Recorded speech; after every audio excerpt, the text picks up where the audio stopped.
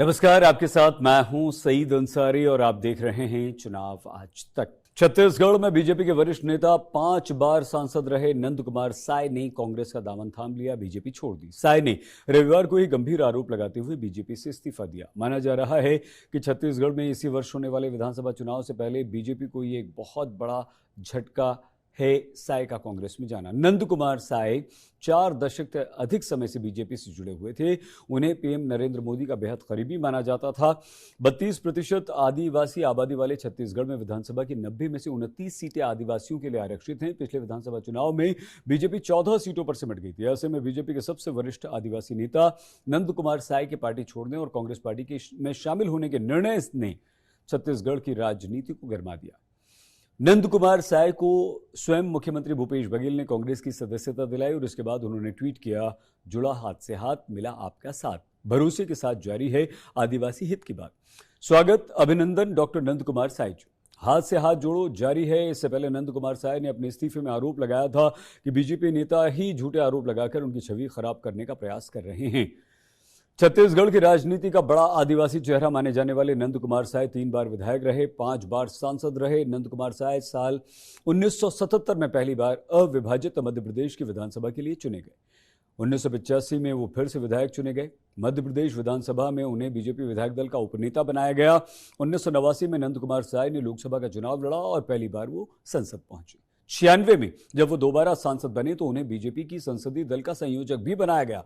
1997 में उन्हें फिर से राज्य की जिम्मेदारी दी गई और वो मध्य प्रदेश के बीजेपी के अध्यक्ष बने। यह उस समय की बात है जब नरेंद्र मोदी मध्य प्रदेश के प्रभारी थे। 1998 में नंद कुमार साय फिर से विधायक बने। छत्तीसगढ़ राज्य गठन के बाद जब अजीत जोगी मुख्यमंत्री बने, बीजेपी ने नंद कुमार साय को विधानसभा में विपक्ष के नेता की जिम्मेदारी दी। 2004 में नंद कुमार साय तीसरी बार सांसद चुने गए। 2009 और 2010 में राज्यसभा का बीजेपी ने उन्हें सदस्य बनाया। 2017 में नंद कुमार साय को राष्ट्रीय अनुसूचित जनजाति आयोग का अध्यक्ष भी बीजेपी ने बनाया। सांसद, विधायक, नेता प्रतिपक्ष, प्रदेश अध्यक्ष जैसे बड़े पदों पर रह चुके नंद कुमार साय छत्तीसगढ़ में आदिवासी नेता के नाते मुख्यमंत्री पद के सबसे प्रबल दावेदार माने जाते रहे हैं। साल 2000 में छत्तीसगढ़ के अलग राज्य बनने के बाद से जब कभी मुख्यमंत्री पद के लिए दावेदारी की बात हुई, उनका नाम अवश्य सुर्खियों में रहा, सामने आया। आरएसएस में भी सक्रिय रहे हैं नंद कुमार साय।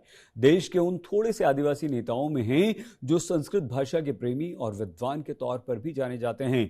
नंद कुमार साय का दावा है कि 1970 में उन्होंने भोजन में नमक का उपयोग किया था और उसके बाद से आज तक नहीं किया। दरअसल आदिवासियों की एक बैठक में शराब का विरोध करने पर तर्क दिया गया था कि जैसे भोजन से नमक को अलग नहीं किया जा सकता, उसी तरह शराब आदिवासी की संस्कृति का हिस्सा है। आदिवासियों को शराब से अलग नहीं किया जा सकता। इसके बाद से नंद कुमार साय ने नमक को अपने भोजन में कभी शामिल नहीं किया है। छत्तीसगढ़ के आदिवासी इलाकों में नंद कुमार साय की मजबूत पकड़ है। उनके कांग्रेस में शामिल होने से कांग्रेस आदिवासी बहुल इलाकों में मजबूत होगी और यही कारण है कि कांग्रेस के नेता साय की पार्टी में शामिल होने से बेहद उत्साहित नजर आ रहे हैं। तो बीजेपी को अब भी उम्मीद है कि वो नंद कुमार साय को मना लेगी। बीजेपी के पूर्व प्रदेश अध्यक्ष वीडी साय ने कहा कि बीजेपी परिवार उनका घर है, सदैव उनका इस परिवार में स्वागत रहेगा। पार्टी का दरवाजा उनके लिए हमेशा खुला है और खुला रहेगा। फिलहाल अभी नंद कुमार साय के बीजेपी छोड़ने और कांग्रेस में शामिल होने से छत्तीसगढ़ का चुनावी समीकरण बदलता हुआ दिखाई दे रहा है।